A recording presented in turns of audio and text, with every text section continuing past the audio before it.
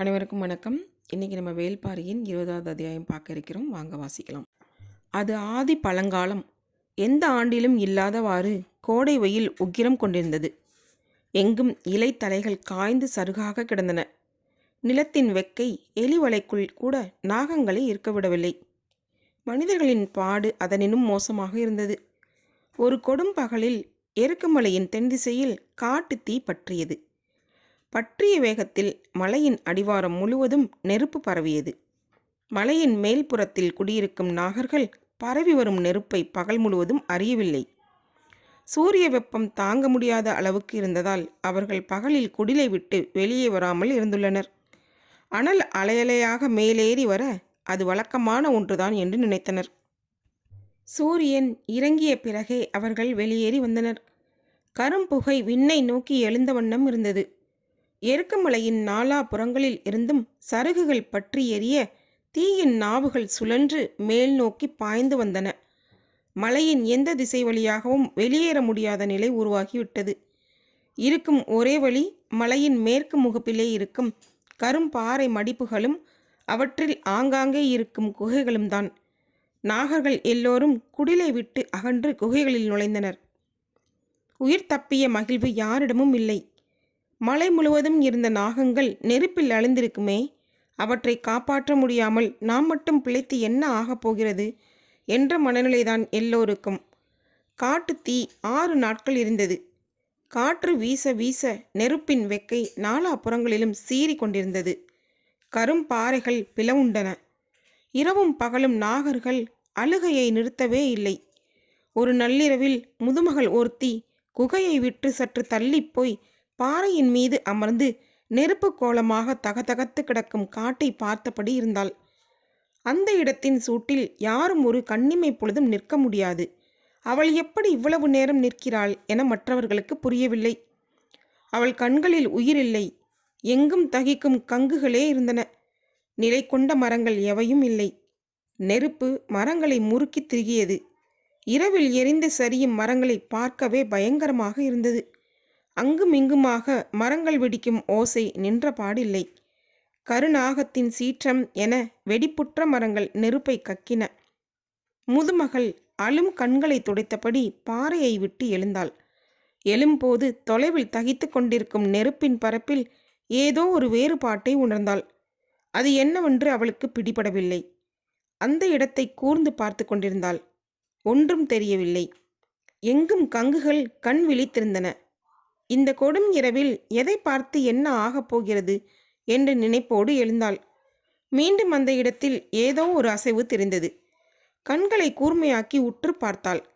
கங்குகளின் உள் நெருப்பு காற்றின் போக்குக்கு ஏற்ப கூடி குறைவதால் ஏற்படும் அசைவுகள் நம்மை தொந்தரவு செய்கின்றன என்று நினைத்தபடி குகையை நோக்கி நடக்கத் தொடங்கினாள். சிறிது தொலைவு நடந்தவள் மனம் பொறுக்காமல் மீண்டும் திரும்பி வந்து அந்த இடத்தை உற்று பார்த்தாள். கங்குகளின் மீதான அசைவுகள் கொஞ்சம் கொஞ்சமாக புலப்படத் தொடங்கின. அவளின் கண்கள் இமைகளை இறக்காமல் உற்று பார்த்தபடியே இருந்தன. நம்பவே முடியாத பேர் அதிசயம் ஒன்றை அவள் உணரத் தொடங்கினாள். உடலெங்கும் உயர்த்து அடங்கியது.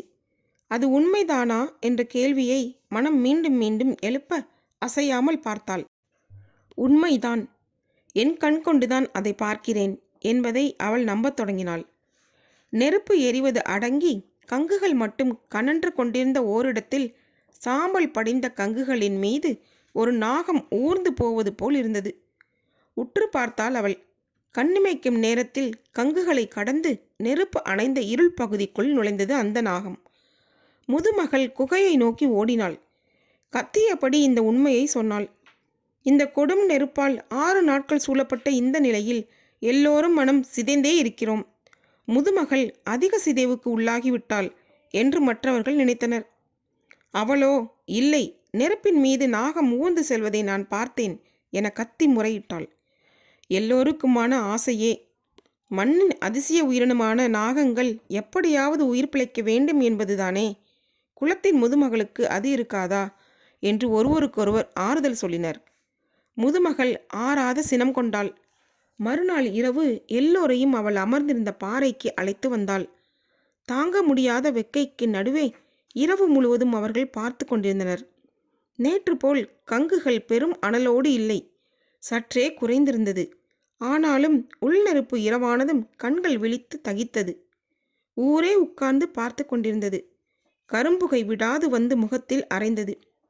பொழுது நள்ளிரவை தாண்டியது. அவர்கள் தலைமுறை தலைமுறையாக வாழும் காட்டை சுழற்றி தின்ற நெருப்பு இப்போது சம்மணமிட்டு உட்கார்ந்திருக்கிறது. இந்த கொடும் காட்சியை இரவும் பகலுமாக பார்த்து கொண்டிருந்தால் எல்லோருக்கும் மனம் சிதைந்துதான் போகும். வாருங்கள், குகைக்குள் ஒடுங்குவோம் என்று சொல்லி பெரியவர் ஒருவர் எழுந்தவுடன் அனைவரும் எழுந்து குகை நோக்கி புறப்பட்டனர்.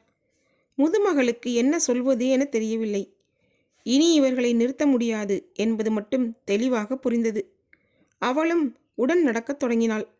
எல்லோரும் பாறை விட்டு அகன்ற பிறகு ஒரு சிறுவன் மட்டும் எதிர் திசையில் பார்த்தபடி அசையாமல் நின்று கொண்டிருந்தான். மற்றவர்கள் அவனை சத்தம் போட்டு அழைத்தபடி குகை நோக்கி நடந்தனர். சிறுவனின் குரல் மெல்லியதாகத்தான் கேட்டது. எல்லோரும் அருகில் வந்து அந்த திசை நோக்கி பார்த்தனர். வியப்பால் விழிகள் பிதுங்கி கொண்டிருந்தன. கூட்டத்தினர் மூச்சு விடும் சத்தம் கூட கேட்கவில்லை. உறைந்து போன நிலையில் அதை பார்த்து கொண்டே இருந்தனர். கண்ணீரை துடைத்தபடி முதுமகள் மட்டும் குகையை நோக்கி நடந்தாள். அதன் பிறகு பலகாலம் அந்த ரகசியத்தை கண்டறிய முடியாமல் நாகர்கள் தவித்து போயினர். கங்குகளின் மீது பாம்புகள் எப்படி ஊர்ந்து போக முடிந்தது? விடை தெரியாமல் இருந்த கேள்விக்கு முதுமகள்தான் ஒரு நாள் விடை கண்டாள். அந்த மலையின் தென்திசை பாறை இடுக்குக்குள் ஓரிடத்தில் தீக்களி உள்ளது. அதில் புரண்டு மேனியெல்லாம் தீக்களி அப்பியபடி நாகங்கள் நெருப்பை கடந்துள்ளன என்று அறிந்தாள். அது உண்மையா என்பதை அறிய முதலில் தானே உடலெங்கும் தீக்களி பூசியபடி நெருப்புக்குள் இறங்கப் போவதாக சொன்னாள். முதுமகள் வாக்கை தட்ட முடியாமல் பெரும் மரங்களை வெட்டி வீழ்த்தி தீயை உருவாக்கினர். ஆடை துறந்து உடலெங்கும் தீக்களி பூசியபடி நெருப்பினில் நுழைந்தாள் முதுமகள். நாகர்கூட்டத்தின் உயிர் நாடி ஒடுங்கியது. அவள் உள் நுழைந்த போது வீசிய காற்று தலலை கிளர்த்தெல செய்தது. குலத்தின் முதுமகள் நெருப்பில் மறைந்தாள். கன நேரத்தில் பதறிய ஆண்கள் தண்ணீர் கொண்டு ஊற்றி நெருப்பை அணையுங்கள் என்று கத்த, பெண்களோ முதுமகள் வாக்கை மீற அனுமதிக்க மாட்டோம் என்று தீயை காத்து நின்றனர். சூழ்கொடி என படர்ந்திருந்த நெருப்பின் கிளைகளை விலக்கி வெளியே வந்தாள் அவள். உறைந்து நின்றனர் நாகர்கள். எண்ணெய்க்குள் நீர் நுழைய முடியாததைப் போலத்தான் இந்த தீக்களியை தாண்டி தீ நுழைய முடியாது சொல்லியபடி நடந்தாள் முதுமகள். நிர்வாண நிறை சுடரை அழைத்து கொண்டு நீராட சென்றனர் நாகினிகள். நடக்கும் போது அவள் சொன்னாள், நெருப்பு கண்ணுக்குள் படாமல் பார்த்து கொள்ளுங்கள், அவ்வப்போது கண்கள் திறந்தால் போதும். அவளின் குரலை கண் விழித்து கேட்டுக்கொண்டிருந்தன நாகங்கள். தழல் மாலை சூடி வந்தவளின் மேனியெல்லாம் நீரூற்றி நீர்மாலை சூடினர். பெருஞ்சேரலின் படை எருக்குமலையை சூழ்ந்து எரியூட்டிய போது நாகர்கள் பலரும் போரிட்டு மாண்டுள்ளனர். மிஞ்சியவர்கள் உடலெங்கும் தீக்களி பூசி அந்த நெருப்பிலிருந்து வெளியேறி பரம்புமலை வந்து சேர்ந்தனர். அப்போதிருந்து அவர்களின் குலவழக்கப்படி கொற்றவை கூத்தில் கைப்புணர்ந்தாடும் துணங்கை கூத்து நிகழ்கிறது. புதிய இணையர்கள் தங்களின் மேனி எங்கும் தீக்களி பூசியபடி நெருப்புக்குள் நுழைந்து தழல் மாலை சூடுவர். கபிலரின் உடல்நிலை ஏற்கனவே பாதிக்கப்பட்டிருந்தது. நேற்றைய இரவுக்கு பிறகு நிலைமை இன்னும் மோசமானது. பகல் முழுக்க தனது மாளிகையில் படுத்தபடி ஏதேதோ பிதற்றினார். உடல் மிகவும் சூடேறியிருந்தது. செய்தியை கேள்விப்பட்டு பாரி வந்தான். மருத்துவர்கள் மருந்துகள் தந்தனர். அவர்கள் போன பிறகு பாரி தழல் மாலை சூடும் நிகழ்வை விளக்கி சொன்னான். அதை முழுமையாக அறிந்த பிறகுதான் கபிலரின் மனம் நிதானம் அடைந்தது. 3ஆம் நாள் சற்றே அச்சமூட்டுவதாக இருக்கும். நீங்கள் ஓய்வெடுத்துக் கொள்ளுங்கள் என்று சொன்னேன். நீங்கள் தான் செவி சாய்க்கவில்லை என்றான் பாரி. எனது உடல் ஈடு கொடுக்க மறுக்கிறது. மனம் உடலை பொருட்படுத்த மறுக்கிறது. அவர் சொன்னதை பற்றி பாரி சிந்தித்து கொண்டிருந்தான். கபிலர் தொடர்ந்தார். எத்தனையோ தலைமுறைக்கு முன்னால் அழிந்த குலங்கள் பற்றி நான் கேள்விப்பட்ட கதைகள் இங்கு உயிர் கொள்கின்றன. மனிதர்கள் வரலாற்றுக்குள்ளிருந்து இறங்கி வருகிறார்கள். இந்த மண்ணெங்கும் சிந்தப்பட்ட குருதியும் கண்ணீரும் உலராமல் உனது உள்ளங்கையில் இருக்கின்றன பாரி என சொல்லிக் கொண்டிருக்கும் போதே கபிலரின் குரல் உடைந்தது. பாரிக்கு என்ன சொல்வது என தெரியவில்லை. அந்த கண்ணீருக்கும் குருதிக்கும் பரம்பு கடமைப்பட்டுள்ளது என்று மட்டும் சொன்னான். சிறிது நேரம் பேச்சற்ற அமைதி நீடித்தது. நீங்கள் நன்றாக ஓய்விடுங்கள், நான் பிறகு வருகிறேன் என்று சொல்லிவிட்டு எழுந்தான் பாரி. உன்னிடம் இன்னொன்று கேட்க வேண்டும். என்ன என்றான் பாரி. நான் முதலாக கொற்றவை கூத்து பார்க்கிறேன். தழல் மாலை சூடலை பற்றி கேள்விப்பட்டது கூட இல்லை. ஆனால் நீ காலம் காலமாக அதை பார்த்து கொண்டிருப்பவன். அப்படி இருக்க அவர்கள் நெருப்புக்குள் இறங்கும்போது உனது உடல் நடுங்கியது ஏன்? உனது கண்கள் கலங்கின ஏன்? கபிலரின் கேள்வி பாரிக்கு பெரும் வியப்பை கொடுத்தது. நெருப்பாடல் கண்டு கூட்டமே உறைந்து போயிருந்த வேளையில் தன்னை எப்படி இவ்வளவு கூர்மையாக கவனித்தார்? எழுந்த பாரி கபிலரின் அருகில் உட்கார்ந்தான். அவனது முகத்தில் இவ்வளவு நேரம் இல்லாத ஒரு இளஞ்சிரிப்பு ஓடி மறைந்தது. பாரி சொன்னான், நேற்று தழல் மாலை சூட 3 இணையர்கள் நெருப்புக்குள் இறங்கினர் அல்லவா? நெருப்புக்கு பின்புறம் இருந்து உடல் எல்லாம் தீக்களி பூசிக்கொண்டு இறங்குபவர்களை நெருப்புக்கு முன்புறம் உட்கார்ந்திருக்கும் நம்மால் எளிதில் அடையாளம் காண முடியாது. நேற்றும் அப்படித்தான். ஆனால் 3வது இணை உள்ளிறங்கும் போது அந்த ஆண்மகன் யார் என எனக்கு தெரியவில்லை. ஆனால் அந்த பெண்மகள் யார் என்று எனக்கு தெரிந்தது. கன நேரத்தில் கண்டறிந்தேன். சற்றே அமைதி காத்த பிறகு பாரி சொன்னான், அவள் என் மூத்த மகள் அங்கவை. அதிர்ந்தார் கபிலர். பாரி தொடர்ந்தான், சிறுவயதிலிருந்து தழல் மாலை சூடுவதை பார்த்து கொண்டிருக்கிறேன். நெருப்பால் தீக்களியை மீறி ஒன்றும் செய்துவிட முடியாது என்று நன்றாக தெரியும். ஆனால் உள்ளிறங்கியது அங்கவை என தெரிந்த கணத்தில் எனது உடல் நடுங்கியது. அவள் ஆட்டத்தில் சிறந்தவள். தனது இணையோடு நெருப்பில் இறங்கி ஆடுகிறாள். காதல் கொண்டு நெருப்பில் குளிக்கும் உன் மகளை பார் என ஒரு பக்கம் மனம் துள்ளி குதித்தது. இன்னொரு பக்கமோ தழலுக்குள் இறங்குவது என் தசை என துடித்தது. உடலும் மனமும் 2 கூறுகளாக பிளவுண்டதாக நீங்கள் சொன்னீர்களே, எனக்கோ மனமே 2 கூறுகளாக பிளவுண்டது. கலங்குவதிலும் கலங்கி மீள்வதிலும் பாரியே உதாரணமாக இருக்கிறான் என கபிலருக்கு தோன்றியது. அவள் காதல் கொண்டது உனக்கு தெரியுமா? அவள் காதல் கொண்டுள்ளாள் என்பதை நான் முன்பே கணித்து விட்டேன். ஆனால் யாரை தேர்ந்தெடுத்துள்ளாள் என்றுதான் தெரியாமல் இருந்தது. இப்போது தெரிந்ததா? இல்லை, நெருப்பில் நம் தசையைத்தானே நாம் உணர முடியும். அந்த இளைஞன் யார் என தெரிந்து கொள்ள ஆசையோடு இருக்கிறேன். அவளே சொல்லட்டும். அவள் காதல் கொண்டுள்ளாள் என்றால் அவன் மாவீரனாகத்தான் இருப்பான். இவளின் காதலை பெற முடிந்த ஒருவன் வீரத்தை தாண்டிய அரும் குணங்களை கொண்டிருப்பான். காத்திருக்கிறேன் அவனின் கைப்பற்றி எனக்கு எதிரில் வந்து அவள் நிற்கும் நாளுக்காக. மகிழ்ச்சி பொங்க கபிலர் கேட்டார், ஆதினிக்கு தெரியுமா? சிரித்தான் பாரி. அவளுக்கு தெரியாமலாயிருக்கும்? தனக்கும் அவனுக்கும் ஏற்பட்டுள்ளது காதல் என்று அங்கவை உணரும் முன்பே அவள் அறிந்திருப்பாள். அவள் தாய் அல்லவா? கலங்கினார் கபிலர். மண்ணை வேர் ஊடுருவது போல மனங்களை ஊடுருவுகிறான் பாரி. தன்னையும் அவன் ஊடுருவி கொண்டிருப்பான். அப்படியெனில் வேளிர் குலம் நாகர்குலத்தோடு கலக்கப் போகிறது அல்லவா? கலவையில்தானே புதுமைகள் போக்கும். வேடர் குலமும் கொடிக்குலமும் இணைந்ததில்தானே வேளிர் குலம் பிறந்தது. வேளிர் குலத்தில் கலந்துள்ள கலவைகள் எத்தனை எத்தனை! என் தாய் சொல்வாள், உன் பாட்டன் திரையர் பெண்ணை மணந்தான் என்று. காட்டெருமையை அடக்கும் வலு எனது தோள்களுக்கு வாய்த்தது அதனால்தான் என பலமுறை நினைத்திருக்கிறேன். திரையர் போல் திடம் கொண்ட ஒரு குலம் இந்த மண்ணில் வேறு எது? நாளை என் பேர குழந்தையின் கண்களில் நீல வளையம் பூத்து மறையும் அழகை பார்க்க இப்போதே தயாராகிவிட்டேன். சொல்லும் போதே பாரியின் முகமெல்லாம் பூத்து மலர்ந்தது. கபிலரின் உடற்சூடு குறையவில்லை. மாலை ஆனதும் அதிகமாக தொடங்கியது. நீலன் திசைக்காவல் வீரன் ஆதலால் கொற்றவை கூத்து முடிந்ததும் அவன் வேட்டுவன் பாறைக்கு சென்றாக வேண்டும். எனவே கபிலருக்கு உதவ உதிரனை அனுப்பி வைத்தான் பாரி. இளம் வீரன் உதிரன் கபிலரின் மாளிகைக்கு மாலையில் வந்து சேர்ந்தான். அந்த பெருங்கவியை விழுந்து வணங்கினான். இருக்கையில் அமர்ந்தபடி அவனுக்கு வாழ்த்து சொன்னார் கபிலர். கொண்டு வந்த பச்சிலை உருண்டைகளை அவர் கையில் கொடுத்து வாயில் போட்டுக்கொள்ள சொன்னான். எனது உடற்சூடு குறைந்துள்ளதாக உணர்கிறேன். குடிக்க நீரை குவளையில் நீட்டியபடி உதிரன் சொன்னான். இன்னும் குறையவில்லை. உதிரனை உற்று பார்த்தார் கபிலர். உங்களின் கால் தொடும்போது அறிந்தேன். நீங்கள் நன்றாக ஓய்வெடுக்க வேண்டும். மருத்துவர்கள் மீண்டும் மீண்டும் சொல்லி அனுப்பியுள்ளனர் என்றான் உதிரன். பெரியவர்கள் சில வேலைகளை செய்ய மறுப்பார்கள்.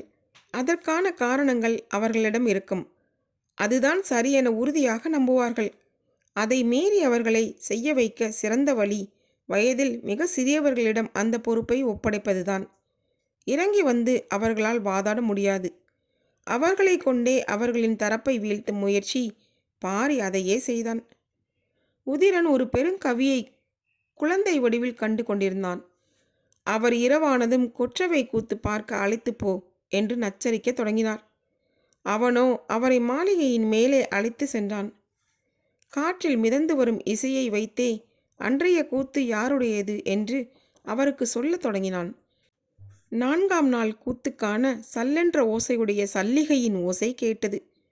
மறுநாள் மலைத்தெய்வம் சாத்தானுக்காக முழங்கப்படும் இசைக்கருவியான அடக்கத்தின் ஓசை கேட்டது.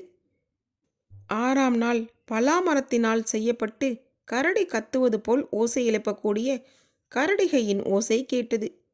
இப்படி ஒவ்வொரு நாளும் கேட்கும் ஓசையை வைத்தே அன்றைய கூத்தில் பாடப்படும் கதையை அவன் கூறினான்.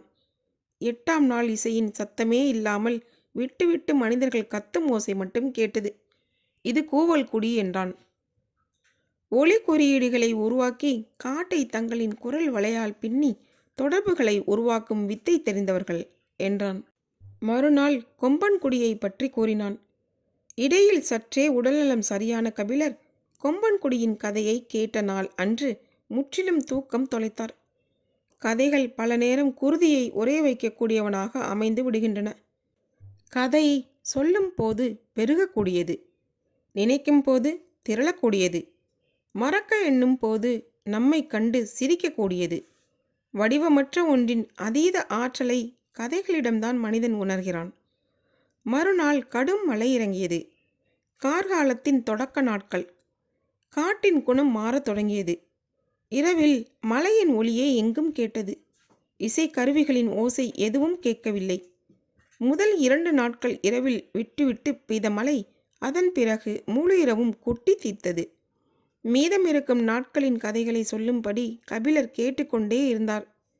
3 கதைகளை சொன்னான் உதிரன். 15 கூடையில் பழங்கள் வைக்கப்பட்டு தெய்வ வாக்கு விலங்குக்காக காத்திருப்பது கபிலருக்கு நன்கு தெரியும். எனவே மீதமுள்ள 4 நாட்களுக்கான கதைகளை கேட்டுக்கொண்டே இருந்தார். உதிரன் ஏதேதோ காரணம் சொல்லி சமாளித்து பார்த்தான். நான் ஒன்றும் சிறு பிள்ளை அல்ல என்று சற்றே கோபித்தார் கபிலர். உதிரன் மனம் கலங்கி சொன்னான், என்னை மன்னித்து விடுங்கள். அந்த கதைகளை சொல்லும் வலிமை எனக்கு இல்லை. சொல்லும் போதே அவனது உடல் நடுங்கியதை கபிலர் உணர்ந்தார். மறுநாள் கபிலரை பார்க்க வந்த மருத்துவர்களிடம் அவனும் மருந்து வாங்கி கொண்டான். இன்று 17ஆம் நாள். எவ்வளவு கடும் மழை பெய்தாலும் அதையும் மீறி இசையின் ஓசை கேட்கும் என்றான். காரணம் என்ன என கேட்டார் கபிலர். இன்றைய நாள் வேலீருக்கு உரியது. வந்துள்ள அத்தனை குடிப்பாணர்களின் இசைக்கருவிகளும் ஒரு சேர முழங்கும். காடு கிடுகிடுக்க, காண்போர் நடுநடுங்க களமிறங்கி ஆடுபவன் வேல்பாரி. கொற்றவைக்கு முன் காட்டெருமையை பலியிட்டு மேலெல்லாம் குருதி பூசி நிலம் நடுங்க ஆடுவான். பரம்பின் எல்லைக்குள் வந்த குளங்களின் கண்ணீர் துடைக்க உயிரையும் தர சித்தம் என உருகி சொல்லும் பெருநாள் இது. சொல்லிக் கொண்டிருக்கும் உதிரனின் உடல் மொழியை கொண்டே பாரியின் ஆட்டத்தை உணர்ந்தார் கபிலர். போர் தெய்வமான கொற்றவையின் முன் வாளேந்தி ஆடும் அமலையின் ஆட்டத்தை ஆடுவான் வேல்பாரி. பரம்பின் குரல் ஒலிக்கும். இதோட இந்த அத்தியாயம் முடியுது. இனி வரும் அடுத்த அத்தியாயத்தில் உங்களை சந்திக்கும் வரை உங்களிடமிருந்து விடைபெறுவது தீபா. நன்றி. இந்த புத்தகம் உங்களுக்கு பிடித்திருந்தால் சப்ஸ்கிரைப் பண்ணுங்கள், ஷேர் பண்ணுங்கள், கீழே இருக்க லைக் பட்டனை கிளிக் பண்ணுங்கள். மீண்டும் பாரி வருவான். நன்றி, வணக்கம்.